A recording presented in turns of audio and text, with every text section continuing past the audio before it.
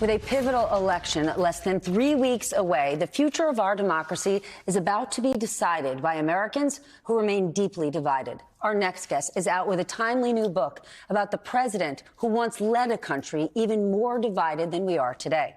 Back with us tonight, presidential historian Jon Meacham, who occasionally advises President Biden. His new book, And Then There Was Light, Abraham Lincoln and the American Struggle, is out now. Jon, when I received this book in the mail, I want you to know this, it came in a manila envelope. Right. It had my name, it had my address, and then it had the word adult written on the outside. So my husband comes to my room and says, yo, Steph, what were you ordering? And lo and behold, I rip it open, and fortunately, it was not anything racy or naughty, but it was very important. Are you suggesting that dork porn is not an important thing to send through the mail? It is important. So you, as the author of the most important recent dork porn, if you get it in the mail and it says adult, don't get too excited. It is a book about Abraham Lincoln. But why do we need to read this? Why is this so important now? Dork porn.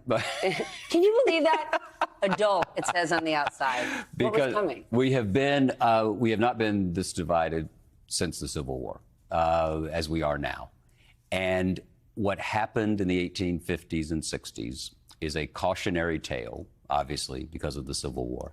It's also an example of what citizenship and leadership can do amid crisis. Abraham Lincoln had a moral conscience. He was imperfect. He was politically driven, obviously. But at critical moments, he bent the arc of a moral universe toward justice. He believed that slavery had to die. He believed that democracy had to survive. And he fought as hard as he possibly could to preserve what he called the last best hope. But it's a cautionary tale for whom? Because right now, every Democrat running is going to tell you democracy is on the table. Yeah. And you've got Republicans not putting country over party, but they're backing a twice impeached president and a whole lot of election deniers. Well, what you have on the other side is a powerful group driven by their own power, not by principle. And that's what we had in the 1850s and 1860s. People who did not believe that democracy was about giving and taking, who believed that democracy was about taking. But that's not democracy. That's autocracy. That's an aristocracy of race. It's an aristocracy of power.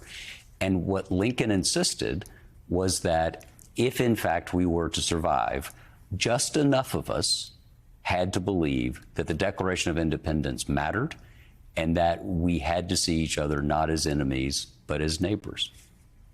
Then how would you categorize where we were then, a country literally at war, but that found its way, to where we are now?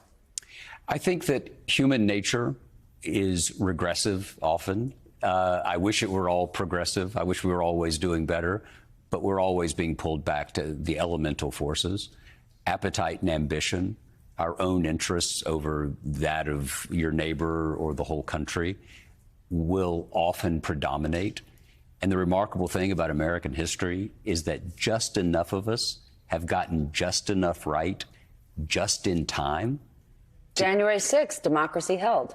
It held barely. And in fact, Lincoln knew on February 13th, 1861, a vice president of the United States was under pressure not to certify the electoral vote. Lincoln saw that that was the critical point where the things could fall apart. And John C. Breckinridge pulled a Mike Pence and actually did the right thing because that was the Constitution he had sworn an oath to. Breckinridge had lost to Lincoln.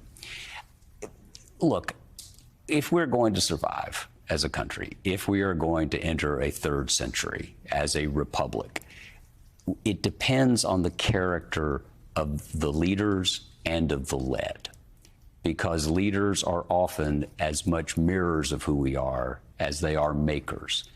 And so there's this covenant, and we have to make it possible for leaders to do the right thing. How? Because you have to incentivize it. Lincoln said, men act on incentive. He would not take emancipation off the table in 1864 because he said, I cannot ask black Union soldiers to fight for a government that will not guarantee their freedom. Because you're not going to fight unless you have a reason to fight. So we have to incentivize people to do the right thing, and we have to call things for what they are. Lincoln said slavery was wrong. He said the South sees it as right, the white South sees it as right, we see it as wrong, and you have to adjudicate that. And we're not a 90-10 country. We're not a 60-40 country. We're at best a 51-49 country. And I think what's so terrifying to all of us is that so many people seem to have walked away from this democratic, lowercase d, covenant. The idea that democracy requires seeing politics not as total war, but as a mediation of differences. But that's because many people have started to believe that capitalism doesn't work for them, right. Democracy doesn't work for them. But right. Those same people might not be studying history. Do they understand what autocracy looks like? Right? You're worried about the economy now? Get ready. If you break I think this is a hugely important point when you talk to business people, in particularly people who are enabling MAGA land. If you break the Constitution, why do these people think that contract law is going to stand up? Bingo.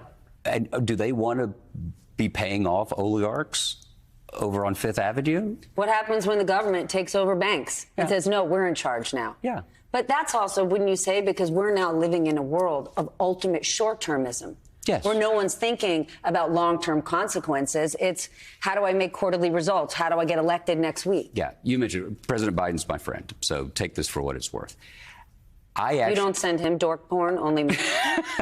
I don't want to discuss geriatric dork there porn. You go. Got it. What I think we have to do is, and I'm not a Democrat. I like to just think I'm a citizen. To save lowercase d democracy in this hour requires people to vote uppercase Democratic. And you can disagree about policy. You can, but to pretend somehow, which a lot of Republicans do, I think of this as a kind of Republican idea of Brigadoon, that there's this world where Donald Trump's just going to disappear and we're all going to go back to arguing about marginal tax rates. Mm-mm. No. And one of the things that Lincoln teaches us is that if you believe something, you have to act on it.